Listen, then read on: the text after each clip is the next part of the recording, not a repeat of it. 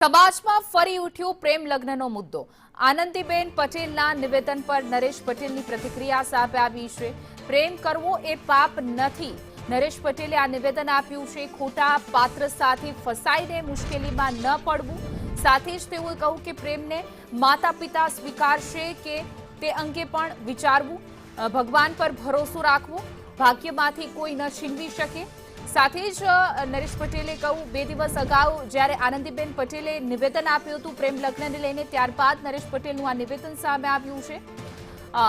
આનંદીબેન પટેલે નિવેદન આપ્યું હતું કે ભણતા ભણતા જ છોકરીઓ પ્રેગ્નેન્ટ થઈ જાય છે અને આવા પરાક્રમો ન કરવા, આ પ્રકારનું નિવેદન આનંદીબેન પટેલે આપ્યું હતું। સાથે જ તેઓએ કહ્યું હતું ક્યારેક છોકરા છોકરી સાથે મળીને ભાગી પણ જાય છે। પરાક્રમનું પરિણામ એ આવે છે કે બાળક થઈ જાય છે એની જવાબદારી સરકાર પર આવી જાય છે। આ પ્રકારનું નિવેદન આપ્યા બાદ હવે નરેશ પટેલે પણ નિવેદન આપ્યું છે અને તેઓનું કહેવું છે કે પ્રેમ કરવો એ કોઈ પાપ નથી।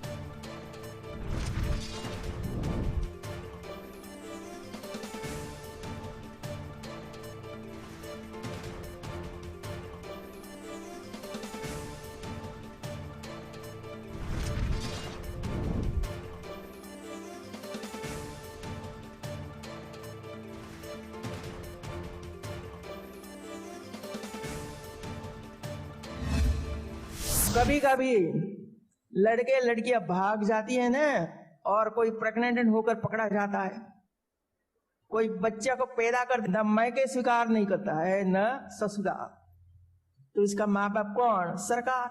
आप सबके ये पराक्रम है, मत करिए पराक्रम। समय फरता जेम समय फरतो जाए छे एम आ बधा प्रश्नों आववाना।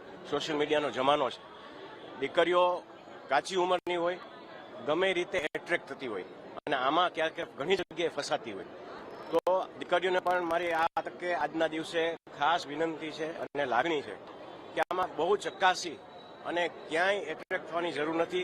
प्रभु पर भरोसा राखो, भगवान पर भरोसा राखो। जे आपणने मरवानुं छे અહીંથી કોઈ છીનવી નથી જવાનું, એટલે કોઈ જાતનું એટ્રેક્શન ન થાય અને દીકરીઓ વ્યવસ્થિત રીતે માવતરનું માની અને આગળ વધે એવી આ તકે વિનંતી કરું।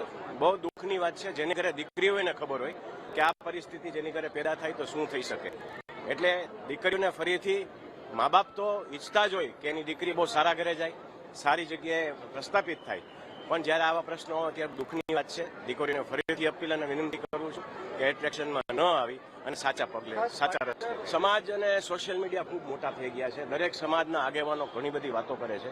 આપણે એક સમાજને લઈને આજે વાત ન કરી, પણ આ એક જે આપણે પ્રશ્ન કર્યો દરેક સમાજનો પ્રશ્ન છે અને આ ફરીથી હું કહીશ કે દીકરીઓને પૂરેપૂરો અધિકાર છે બધું કરવાનો। સિંગર પણ બની શકે છે અને કોઈ પણ ક્ષેત્રે આગળ વધી શકે છે, પણ એને કેટલો એને હદમાં રહેવું એ એના માટે।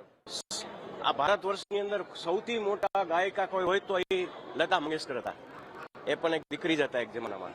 લતા મંગેશકરને પ્રેરણા રાખી અને દીકરીઓ